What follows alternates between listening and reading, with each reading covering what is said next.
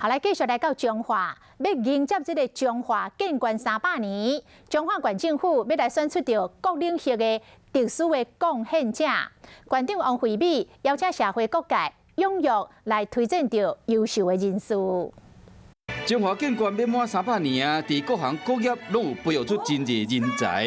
县政府将会办理特殊贡献的选拔活动，包括教育类、文化艺术类、社会福利类、医疗卫生环保类、警政消防类等等，有10大领域。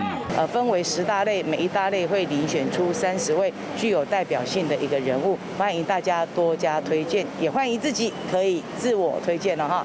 为5月7到9月30，每一个领域拍算要录取30个有代表性的人物，总共300位杰出的人才。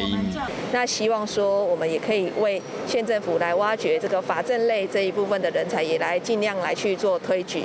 县政府希望讲，选拔出各界站优秀人才，作为各界学习的典范。嗨，我是庄宇杰，想要看到更多的新闻内容吗？赶快订阅华视新闻的 YouTube 频道，并且开启小铃铛，跟着宇杰一起看新闻吧。